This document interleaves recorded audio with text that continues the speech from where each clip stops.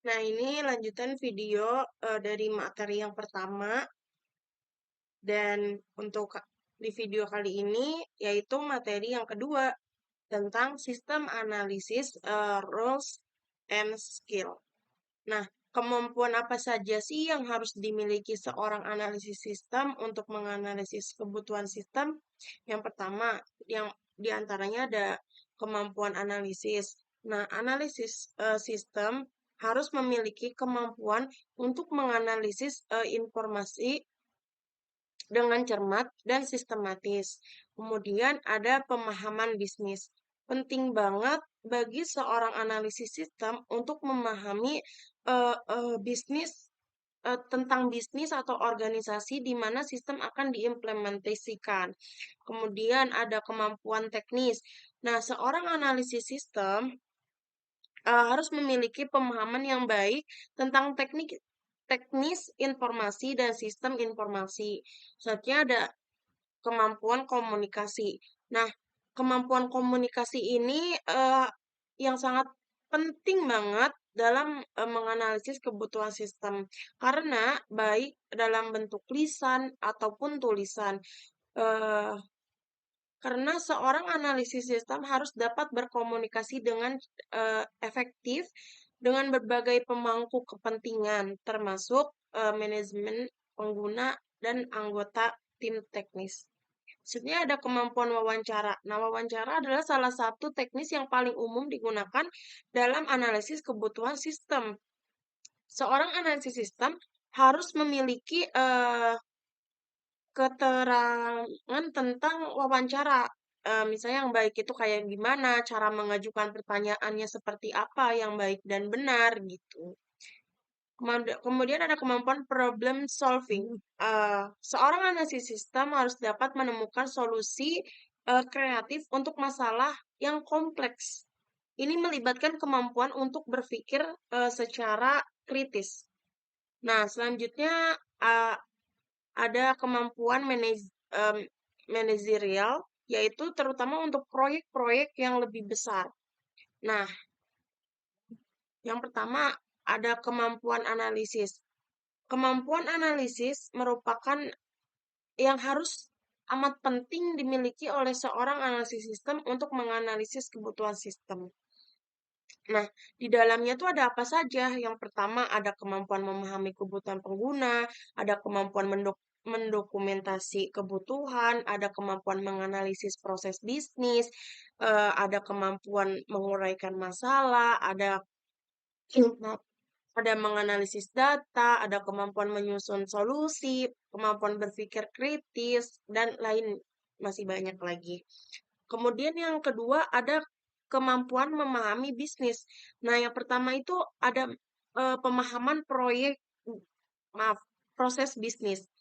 Nah, seorang analisis sistem harus memiliki pemahaman yang kuat tentang proses bisnis organisasi, di mana sistem yang akan diimplementasikan.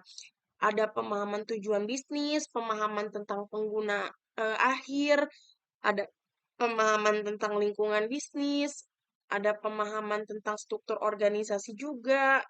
Nah, selanjutnya ada kemampuan teknis.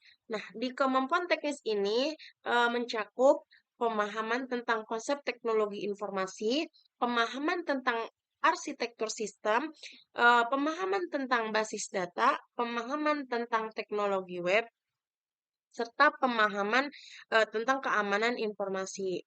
Nah, selanjutnya ada kemampuan komunikasi.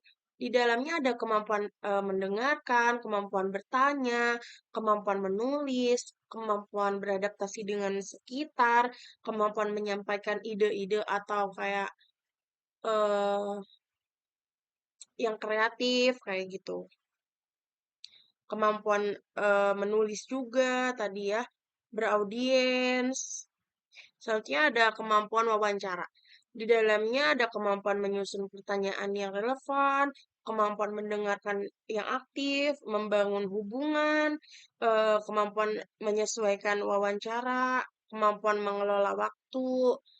Selanjutnya ada kemampuan problem solving.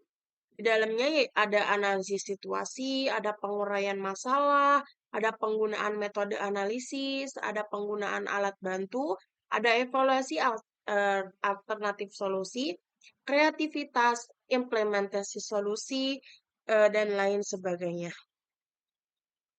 Selanjutnya, peran apa saja sih yang harus dilakukan oleh seorang analisis sistem dalam menganalisis sebuah kebutuhan sistem? Nah, ada beberapa peranan analisis sistem yang harus dilakukan dalam menganalisis kebutuhan sistem. Di antaranya, yang pertama, ada menganalisis kebutuhan.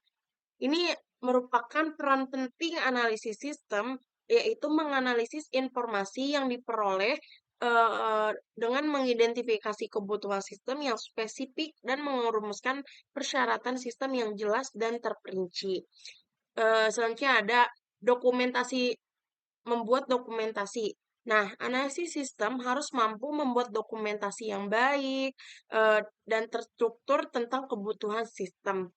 Selanjutnya, bekerja dengan tim. Seorang analisis sistem bekerja sama dengan berbagai pemangku kepentingan dan tim pengembangan untuk memastikan pemahaman yang tepat tentang kebutuhan sistem dan untuk memastikan bahwa solusi yang diusulkan itu memenuhi kebutuhan tersebut.